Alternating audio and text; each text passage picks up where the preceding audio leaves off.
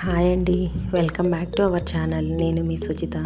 ఈరోజు మనం ఈ వేసవిలో చాలా చల్లగా ఉండే ఫ్రూట్ సలాడ్ని ఎలా ప్రిపేర్ చేసుకోవాలో చూద్దాము.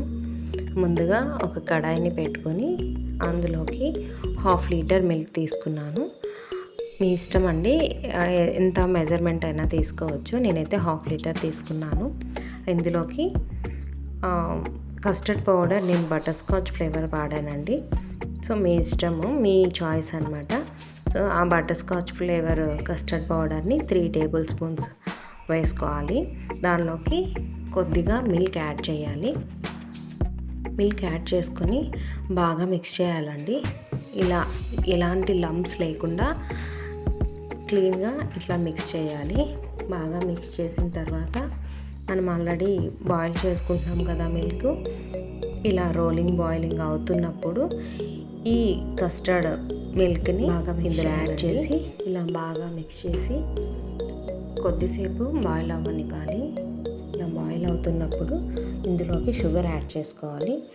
దీనికి పెద్దగా షుగర్ అనేది యూస్ అవ్వదండి. ఒక 3 or 4 టేబుల్ స్పూన్స్, నేనైతే ఒక 5 టేబుల్ స్పూన్స్ షుగర్ యూస్ చేశాను. షుగర్ యాడ్ చేసి బాగా మిక్స్ చేసి కొద్దిసేపు మరగనివ్వాలి. మనకి బాగా థిక్గా ఫామ్ అయిపోతుంది. అలా వచ్చినప్పుడు స్టవ్ ఆఫ్ చేసుకొని పక్కన పెట్టుకోవాలి. బాగా చల్లారనివ్వాలి. తర్వాత మనం ఫ్రూట్స్ అండ్ డ్రై ఫ్రూట్స్ని కట్ చేసుకున్నాము. నేను ముందుగా గ్రేప్స్ తీసుకున్నాను. ఆ గ్రేప్స్ని స్మాల్ పీసెస్గా కట్ చేసుకోవాలి. మీ దగ్గర ఏ ఫ్రూట్స్ ఉంటే అవి తీసుకోవచ్చండి. నేనైతే గ్రేప్స్, యాపిల్, పొమగ్రనేట్, బనానా తీసుకున్నాను. సో పొమగ్రనేట్ని చాలామంది నార్మల్గా కట్ చేస్తుంటారు. అలా కట్ చేసినప్పుడు లోపల ఉన్న సీడ్స్ అన్నీ కూడా కట్ అయిపోతూ ఉంటాయి. సో అలా కాకుండా ఈ మెథడ్లో ఒకసారి ట్రై చేయండి. చాలా నీట్గా వస్తుంది. మనం పీల్ ఆఫ్ చేసుకోవడానికి కూడా ఈజీగా ఉంటుంది ఇలా కట్ చేసామంటే. ఇలా అన్నిటినీ హోల్స్ పెట్టుకున్నాను. తర్వాత యాపిల్ పీల్ ఆఫ్ చేసుకొని ఇది కూడా స్మాల్ పీసెస్గా కట్ చేసుకోవాలి. యాపిల్ని స్మాల్ పీసెస్గా కట్ చేసుకొని పక్కన పెట్టుకోవాలి.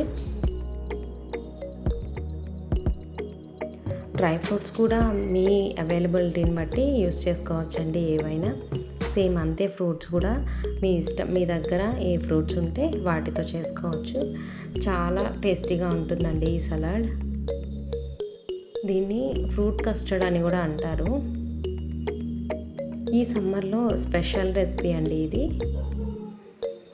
ఒక బనానా సరిపోతుంది. ఒక బనానా తీసుకొని ఇలా స్మాల్ పీసెస్గా కట్ చేసుకోవాలి. దాన్ని కూడా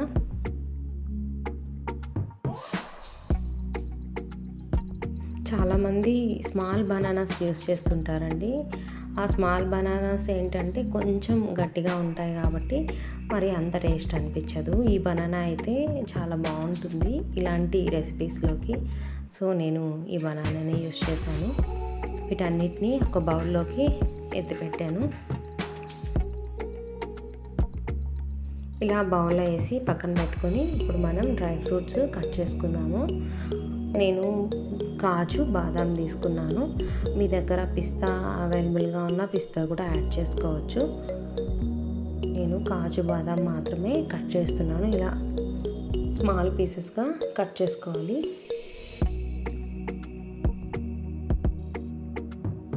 కట్ చేసుకున్న తర్వాత పక్కన పెట్టుకొని ఇది మనం ఆల్రెడీ చేసి పెట్టుకున్నాం కదా, దీన్ని ఒక 5 minutes or 10 minutes ఫ్రిడ్జ్లో పెట్టుకోవాలండి. ఫ్రిడ్జ్లో పెట్టుకున్న తర్వాత ఒకసారి కదిపి చూస్తే కొంచెం లంప్స్ ఫామ్ అయినట్లు అనిపిస్తుంది. కానీ అది లంప్స్ కాదండి, మనం కస్టర్డ్ పౌడర్ యాడ్ చేసాం కదా, పౌడర్ మిల్క్. సో అందువల్ల అలా కనిపిస్తుంది. ఒకసారి దీన్ని మిక్సీ పట్టుకోవాలి. మిక్సీ వేసుకున్న తర్వాత మనకి చాలా ఫైన్ పేస్ట్ లాగా అయిపోతుంది. మనకి ఫస్ట్ బిఫోర్ మిక్సీకి ముందు ఇది ఎలా ఉన్నింది అంటే కొంచెం థిక్గా అనిపించింది. మిక్సీ వేసిన తర్వాత మన దోశ బ్యాటర్ ఉంటుంది కదా, అలా వచ్చింది. తర్వాత దీనిలోకి ఇప్పుడు మనం డ్రై ఫ్రూట్స్ కట్ చేసి పెట్టుకున్నాం కదా, అవన్నీ కూడా ఇందులో యాడ్ చేసుకోవాలి. యాడ్ చేసుకుని బాగా మిక్స్ చేసుకుని దీన్ని ఒక 5 or 6 hours ఫ్రిడ్జ్లో పెట్టుకోవాలి. ఎక్కువ కూల్ కావాలి అనుకుంటే ఎక్కువ టైం పెట్టుకోవచ్చు. నార్మల్ కూల్ కావాలి అంటే 1 hour చాలండి. 1 or 1.5 hourకి ఇది కూల్ అయిపోతుంది. పిల్లలకైతే కూల్గా అక్కర్లేదండి. సో నేను మా పిల్లలకి ఫ్రిడ్జ్లో పెట్టకముందే కొంచెం తీసి పెట్టేశాను. వాళ్ళకి తీసి పెట్టిన తర్వాత ఇది ఫ్రిడ్జ్లో పెట్టాను. ఫ్రిడ్జ్లో పెట్టిన తర్వాత ఇంకా 2 hours తర్వాత ఇలా వచ్చింది. ఇలా బాగా మిక్స్ చేసుకొని ఫ్రిడ్జ్లో పెట్టిన తర్వాత కూడా బాగా మిక్స్ చేసుకొని సర్వ్ చేసుకోవడమే అండి. చాలా టేస్టీగా ఉండే ఫ్రూట్ సలాడ్ రెడీ అయిపోతుంది.